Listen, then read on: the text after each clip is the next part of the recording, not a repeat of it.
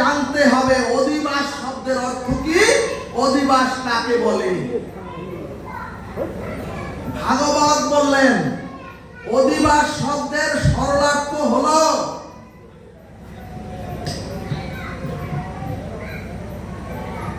স্থাপন বা সংস্থাপন। সুধীজন, অর্থাৎ অধিবাস লগ্নে হবে ঘট স্থাপন। কিন্তু আজকাল তো আমরা মাটির ঘট স্থাপন অনেকে করি না। সুধীজন, আপনারা দেখবেন ওই নিকুঞ্জ সেবা মন্দিরে দেখবেন আর অধিবাস লগ্নে ৬টি মৃত্তিকার ঘট স্থাপন করা হয়েছে। এখন প্রশ্ন, ঘট স্থাপন কেন? এখানে মহাপ্রভুর পার্শ্বদগণ সিদ্ধান্তে বললেন পূর্ণ ঘট করো স্থাপন, অর্থাৎ শূন্য নয়, পূর্ণ ঘট করো স্থাপন। এখন প্রশ্ন, কেন অধিবাসে পূর্ণ ঘট স্থাপন করতে হবে? এখানে মহাপ্রভুর পার্শ্বদগণ সিদ্ধান্ত দিলেন আজ অধিবাসে নবদ্বীপ ধামকে, আজ এই অধিবাসে নবদ্বীপ ধামকে এখানে স্মরণে আনতে হবে আমাদের প্রত্যেকের। অর্থাৎ আজ নিত্যানন্দ, আজ অদ্বৈত, আজ গদাধর, আজ শিবাস সহ মহাপ্রভুকে নবদ্বীপ থেকে এখানে আমাদের আনতে হবে, তবেই হবে অধিবাস। জয় নিতাই বল হরিবল।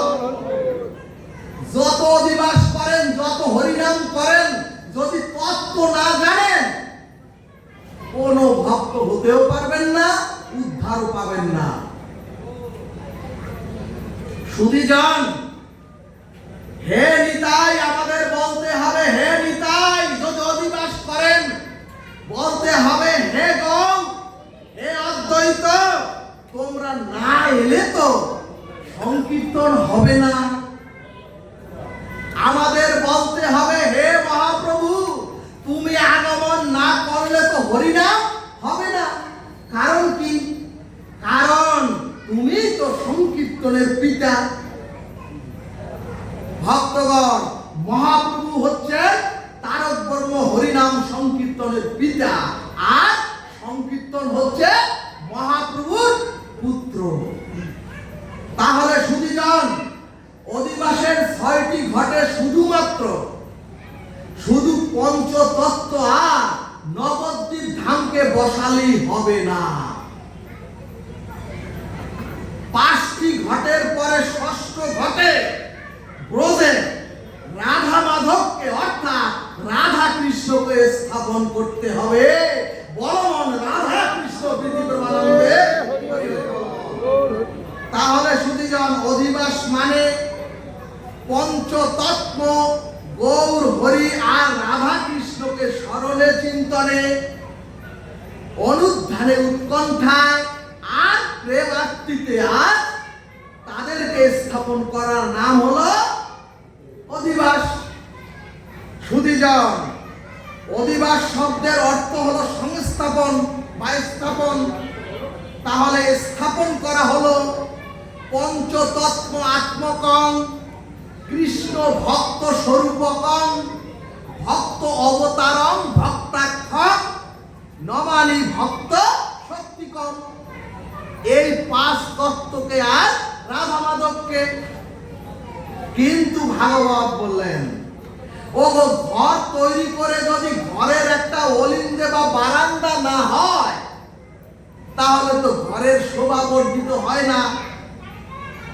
ঠিক তদ্রূপ ভগবান বললেন পঞ্চতত্ত্ব আর রাধা মাধবকে ঘট স্থাপনের দ্বারা স্থাপন করলে, সুধীজন একটু কথা বিস্তৃত হলে আর বুঝবেন না। ভাগবত বললেন পঞ্চতত্ত্ব আর রাধা মাধবকে ঘট স্থাপনের দ্বারা স্থাপন করলে, কিন্তু সুধীজন সেই ঘরের অলিন্দ হলো, সেই ঘরের বারান্দা হলো শুদ্ধ নির্মল গৌরীয় এই ভক্তগণ। আর এই বিশুদ্ধ নির্মল ভক্তদের আহ্বান করে সংস্থাপন করা না হলে অধিবাস তো হবে না, আর আমিও আসবো না। তবে সাধুগুরু গৌরীয় বৈষ্ণব ভক্তি প্রমানন্দে হরি হরি ভগবান। তাহলে ও মাগো, ভগবান বলছেন আমাকে আহ্বান করলে হবে না, শুধু হরে কৃষ্ণ মহামন্ত্র বললেই হবে না, গৌরীয় নির্মল বিশুদ্ধ ভক্তকে এখানে আনতে হবে।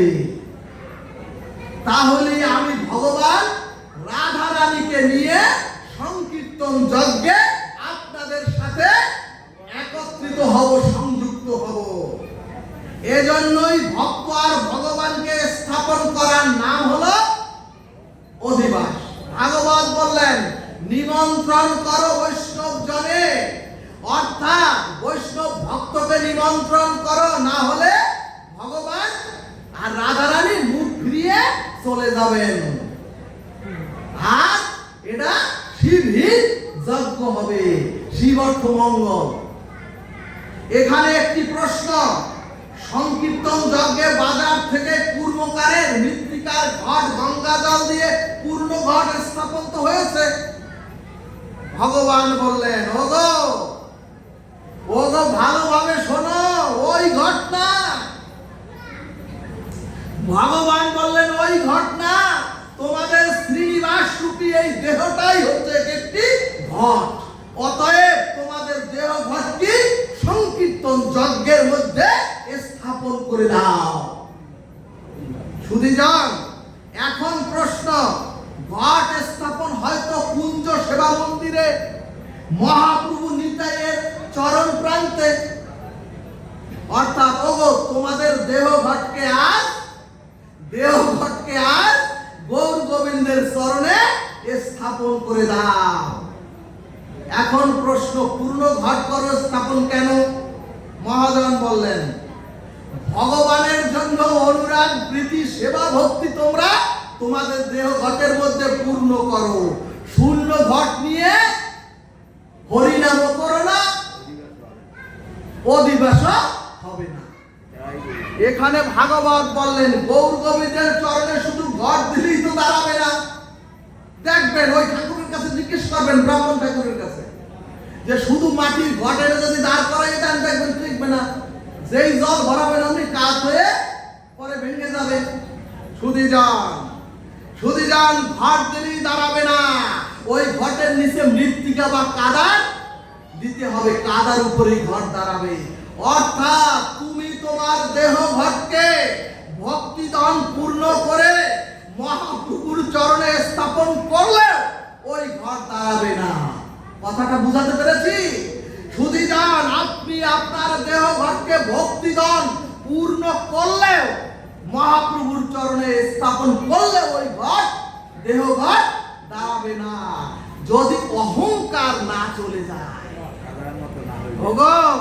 অহংকার গিয়ে যেদিন কাদার মতো দৈন্যতা দীনতা আপনাদের মধ্যে আনবে, তবে আপনাদের দেহ ঘট গোবিন্দর মন্দিরে রাধাকুঞ্জ মন্দিরে দাঁড়াবে।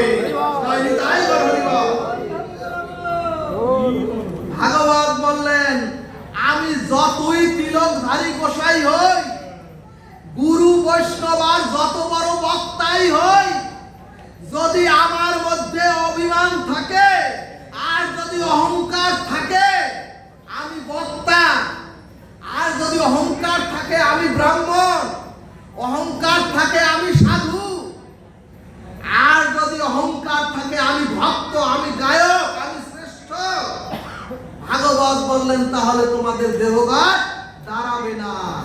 এখন প্রশ্ন, ঘটের উপরে আমের পল্লব এবং আম্র পল্লবের উপরে ধন দুর্বা, আবার একটি লাল গামছা দেওয়া হয় এবং ঘটটিতে হস্তশিল্প দিয়ে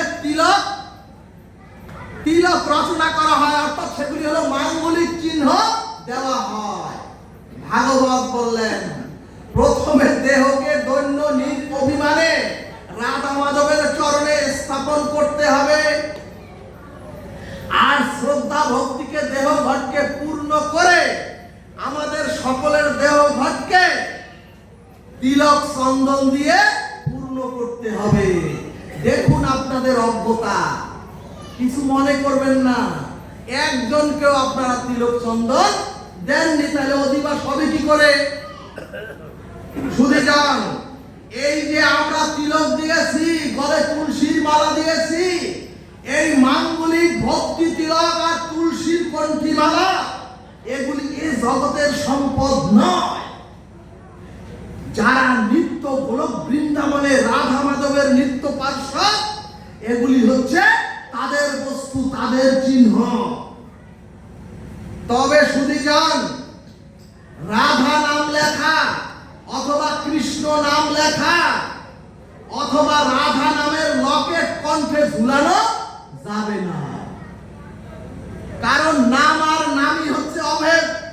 আপনি যদি কাউকে প্রণতি জানান, তাহলে এই মালার সাথে রাধা কোথায় গিয়ে পৌঁছালো, এটা হচ্ছে অপরাধ। তাহলে শুধু যান, অধিবাসের ঘটে তিলক মালা চন্দন অঙ্কিত করতে হবে, কিন্তু আমরা তো মালার বেলায় যারা শুরু হয়ে যায়, দেখতে ভালো লাগে না, ইভেন কি তুলসী দেবীকে মারিয়ে যায়, কোন ভক্তি শ্রদ্ধাই নাই আমাদের তুলসীর প্রতি। এখানে শাস্ত্র সিদ্ধান্ত দিলেন, যার ললাটে তিলক আর কণ্ঠিতে তুলসী মালা নাই, যার ললাটে তিলক আর কণ্ঠিতে তুলসী মালা নাই, ভাগবত বলছে আমি না। এই কথাগুলি আপনাদেরকে অনেকেই বলবে না। যার কণ্ঠিতে তুলসী মালা নাই আর ললাটে তিলক চিহ্ন নাই, তার জপ ধ্যান কীর্তন ফলদান করতে পারে না। এজন্যই ভাগবত বললেন, দেশ কাল ভেদে যদি সমস্যা হয়, তাহলে জল তিলক গ্রহণ করুন আমার মতো, তা না হলে জপ ধ্যান ক্রিয়া করবে না। যমরাজ নিজে সিদ্ধান্তে বলেছেন, যাদের বাড়িতে তুলসী সেবিত পূজিত হয় এবং যাদের গলে তুলসীর মালা তিলক ললাটে আছে, আমি যম আদেশ দিচ্ছি, হে জমদূতগণ, তাদের বাড়ির কাছেও তোমরা যাবে না, এমনকি তাদের বাড়ির উপর দিয়েও তোমরা যাবে না। শুধু যান, এরপরে ভক্তগণ ওই ঘটের উপরে আরো আছে একটি ডাবের মুচিয়া, শীষটা দেখবেন উঁচু দিকে। এই দেহ ঘটকে পবিত্র শ্রদ্ধা ভক্তিতে গৌরচন্দ্র চরণে এবং রাধা মাধবের নিকুঞ্জ মন্দিরে দৈন্যতার উপরে স্থাপন করে বৈকুণ্ঠের মালা তিলক অঙ্কিত করে যদি সমস্ত ইন্দ্রিয়গুলিকে সাধু গুরু বৈষ্ণবের চরণে নত করতে পারেন, তবেই তোমরা রাধা কৃষ্ণের অপ্রাকৃত প্রেম ভক্তি ফল প্রাপ্ত হয়ে সকলেই গোলক বিহারী নিত্য ধামের যাত্রী হবে।